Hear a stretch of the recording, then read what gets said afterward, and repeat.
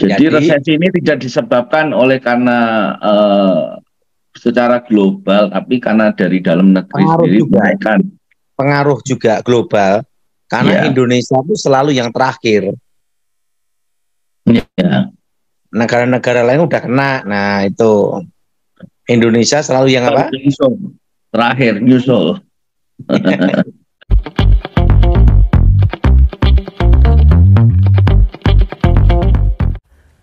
Shalom sahabat terang kemuliaan, apa kabar kalian semua? Senang rasanya bisa berjumpa lagi dengan kalian semua. Kiranya damai sukacita Allah dan kebaikan Tuhan selalu bersama dengan kalian. Diberikan umur yang panjang, diberikan kesehatan yang sempurna, dan juga diberikan rezeki yang melimpah. Pada kesempatan kali ini, di video kali ini, kembali saya ingin bersama-sama mengajak kalian untuk menonton pesan-pesan dari Daud Tony ya. Jadi kita akan menonton video dari Daud Tony yang bersumber dari Yefta Ministry. Kita ingin tahu apa sih pesan-pesan yang ingin Pak Daud Tony sampaikan untuk menghadapi bulan Oktober ke depan dan seterusnya ya.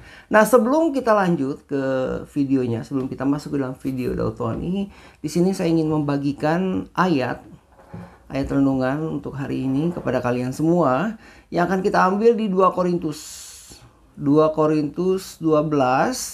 ayat 1 sampai 10 ya. Oke, sebelum kita masuk ke video Daud Tony, saya ingin membacakan ayat buat kalian semua di 2 Korintus 12 ayat 1 sampai 10. Oke. Sudah ketemu, akan kita bacakan bersama-sama. Saya akan bacakan ya buat kalian. Di 2 Korintus 12 ayat 1 sampai 10 ini tentang Paulus menerima penglihatan dan penyataan. 2 Korintus 12 ayat 1 sampai 10 berbunyi seperti ini. Aku harus bermegah sekalipun memang hal itu tidak ada faedahnya. Namun demikian aku hendak memberitakan penglihatan-penglihatan dan pernyataan-pernyataan yang kuterima dari Tuhan. Ayat yang kedua. Aku tahu tentang seorang Kristen 14 tahun yang lampau, entah di dalam tubuh, aku tidak tahu, entah di luar tubuh, aku tidak tahu Allah yang mengetahuinya. Orang itu tiba-tiba diangkat ke tingkat ketiga dari sorga. Aku juga tahu tentang orang itu entah di dalam tubuh, entah di luar tubuh, aku tidak tahu Allah yang mengetahuinya. Ia tiba-tiba diangkat ke Firdaus dan ia mendengar kata-kata yang tak terkatakan, yang tidak boleh diucapkan manusia. Atas orang itu aku hendak bermegah, tetapi atas diriku sendiri aku tidak akan bermegah, selain atas kelemahan-kelemahanku. Di ayat ke-6, sebab kiranya aku hendak bermegah juga, aku bukan orang bodoh lagi karena aku mengatakan kebenaran. Tetapi aku menahan diriku supaya jangan ada orang yang memperhitungkan kepadaku lebih daripada yang mereka lihat padaku atau yang mereka dengar daripadaku. Ayat yang ke-7, dan supaya aku jangan meninggikan diri karena pernyataan-pernyataan yang luar biasa itu. Maka aku diberi suatu duri di dalam dagingku, yaitu seorang utusan iblis untuk mengocok aku. Supaya aku jangan meninggikan diri. Tentang hal itu, aku sudah 3 kali berseru kepada Tuhan supaya utusan iblis itu mundur daripadaku. Ayat yang ke-9 ya. Tetapi jawab Tuhan kepadaku, cukuplah kasih karuniaku bagimu, sebab justru dalam kelemahan kuasaku menjadi sempurna. Sebab itu terlebih suka aku bermegah atas kelemahanku, supaya kuasa Kristus turun menaungi aku. Di ayat ke-10, karena itu aku senang dan rela di dalam kelemahan, di dalam siksaan, di dalam kesukaran, di dalam penganiayaan dan kesesakan oleh karena Kristus. Sebab jika aku lemah, maka aku kuat. Kita akan garis bawahi di ayat 9. Tetapi jawab Tuhan kepadaku, cukuplah kasih karuniaku bagimu. Sebab justru dalam kelemahanlah kuasaku menjadi sempurna. Dan di 9b, sebab itu terlebih suka aku bermegah atas kelemahanku, supaya kuasa Kristus turun menaungi aku. Jadi pesan yang ingin saya sampaikan melalui ayat ini, terutama di ayat 9 atau 9b, di sini mengatakan bahwa sebab itu lebih suka aku bermegah atas kelemahanku. Jadi manusia itu sering kali manusia itu adalah makhluk yang tidak sempurna. Manusia itu makhluk yang lemah, memiliki keterbatasan. Ya, makanya Tuhan tuh mengizinkan pencobaan, ujian semua datang kepada manusia agar tujuan Tuhan itu mengingatkan bahwa kamu tuh manusia yang terbatas, kamu tuh manusia yang memiliki kelemahan. Jadi bergantunglah kepadaku, bergantunglah kepada Tuhan. Jadi ayat ini Ayat ini memberikan pesan bahwa kita tuh harus mengakui kelemahan kita sebagai manusia. Karena ada manusia kadang-kadang tidak mau mengakui kelemahannya. Jadi dia nggak mau ingin terlihat kuat, tidak mau mengakui kelemahannya. Dibilang itu semua karena aku, katanya. Aku bisa karena diriku sendiri. Aku tidak butuh pertolongan orang lain. Itu semua atas jerih payah diri sendiri, jerih payahku. Jadi dia tidak mau kelemahannya. Melalui pesan di ayat ini, melalui ayat di 2 Korintus 12, terutama di 9b ini dikatakan pesannya adalah agar kita mau mengakui kelemahan kita sebagai manusia dan menggantungkan hidup kita kepada Tuhan tentunya.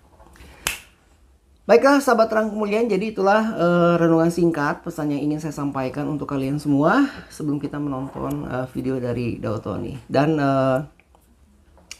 saya juga tak lupa meminta dukungannya untuk kalian semua untuk terus mendukung channel Terang Kemuliaan.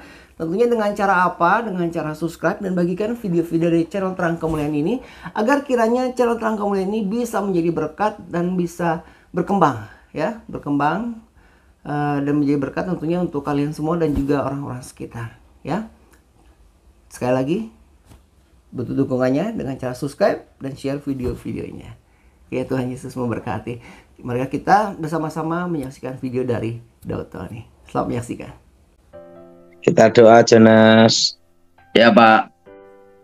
Aku mohon kuasa Yesus bekerja, kekuatan Elohim bekerja, bebaskan dari yang jahat, bebas dari kegelapan. Kuasa Yesus bekerja, lawat kami ya Tuhan. Amin. Amin. Ya. Jonas. Ya, Pak. Mau tanya apa? Kenapa, Pak? Mau tanya apa, Jonas? Apa ya? Ya mungkin ada pesan apa, Pak? Mungkin mendekati situasi sekarang ini. Yang jelas, Jonas, di 2025 kan sudah ada berita PPN naik 12%, atau Mbak Jonas. Wah, naik lagi 1% ya, berarti ya? Ya, sekarang kan 11%. Nah, kalau naik 12% di 2025, ini akan berpengaruh di daya beli masyarakat. Betul. Ekonomi. Betul. Terutama menengah ke bawah. Iya, Pak. Menengah apa, Thomas? Jonas? Menengah ke bawah, Pak. Nah, inilah yang akan bisa terjadi, namanya itu resesi. Resesi.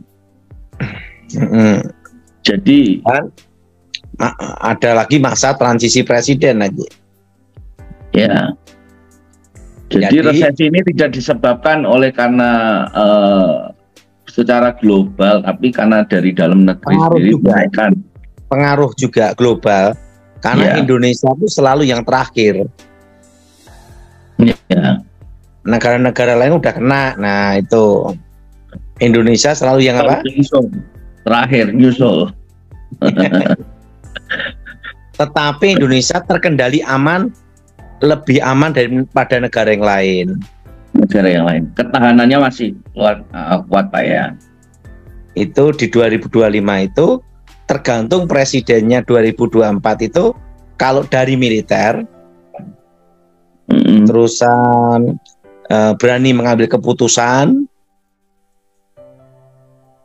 dan tegas dan berkorban berjuang untuk rakyat bersama rakyat. Nah, dan posisinya itu hukumnya jelas, penegakan hukumnya. Nah, itu 2025 itu resesinya bisa terkendali. Ya. Bisa apa, Jonas? Terkendali, Pak.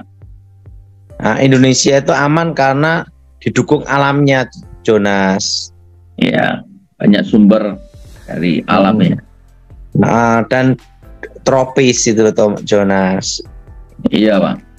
Rasa resesi itu kan hanya ada di Jakarta sama Surabaya aja. Kota-kota besar aja. Jabodetabek lah gitu. Nah, seperti Makassar enggak terasa karena dekat laut. Oke. Semarang juga enggak terasa. Semarang aman, Pak. termasuk Solo lebih tidak terasa. Jadi yang terasa itu hanya kota-kota Jabodetabek. Iya. Nah, tapi daya beli masyarakat turun di 2025. Iya, Pak. Jadi kecuali presidennya itu dari militer. Militer pun harus dari pasukan khusus.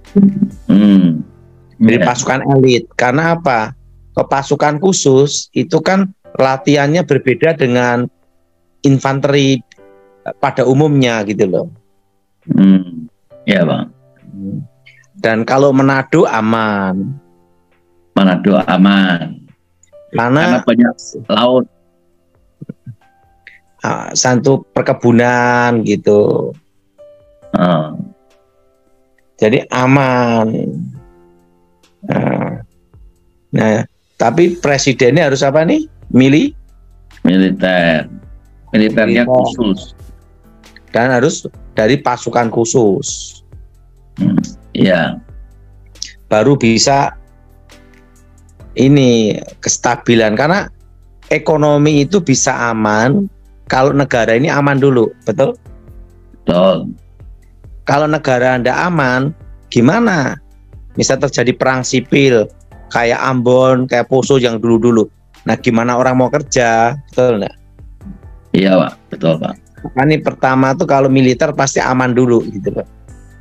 Iya. Terkendalian gitu. Iya, Pak, betul, Pak. Gimana menurut Jonas? Iya, Pak, setuju, Pak. Iya, Pak, betul, Pak.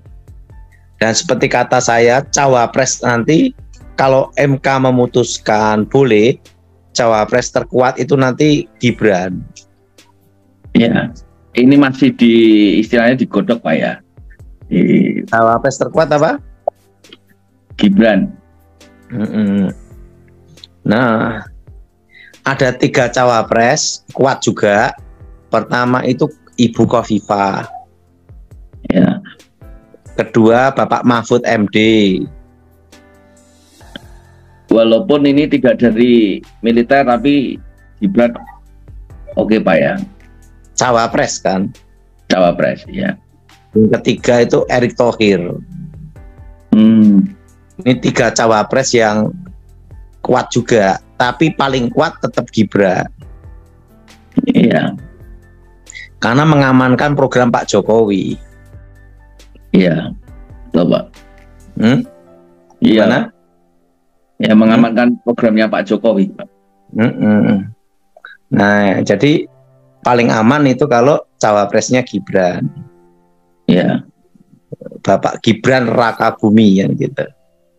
Walaupun masih muda, Pak ya. Iya. Luar biasa. Dan saya senang karena podo wong Solo nih. Podo apa, Jonas?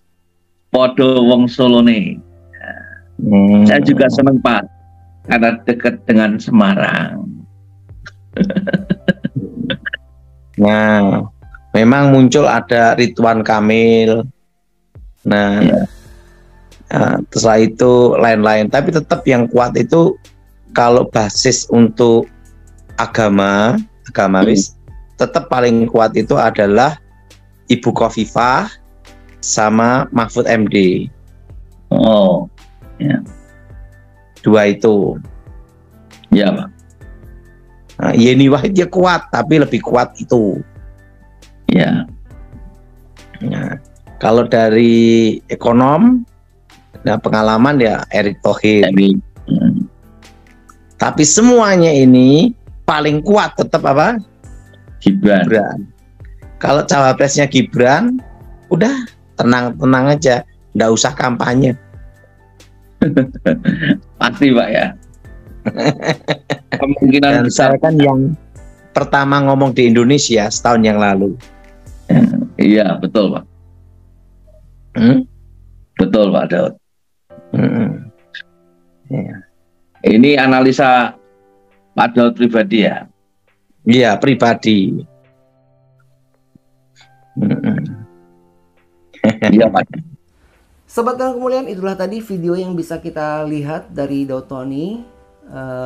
kiranya apa yang telah disampaikan, pesan-pesan dari Pak Dautoni tentang kekeringan yang akan terjadi, kemudian tentang juga presiden ya, pemilihan presiden, dimana Pak Dautoni bilang katanya kalau presiden itu bagusnya dari militer. Jadi entah mengapa, jadi Pak Dautoni ini selalu ingin presidennya dari militer katanya. Kemudian cawapresnya katanya yang terkuat, yang ketuat adalah Gibran katanya. Nah, menurut kalian seperti apa? Jadi kalau misalkan presidennya harus dari militer, bagaimana menurut kalian? Silahkan komen di kolom komentar. Dan juga kalau misalnya cawapresnya Gibran, apakah setuju cawapres Gibran? Silahkan juga komen di kolom komentar. Oke sahabat Terang Kemuliaan, mungkin sampai di sini video kita kali ini tentang Bapak Dautoni.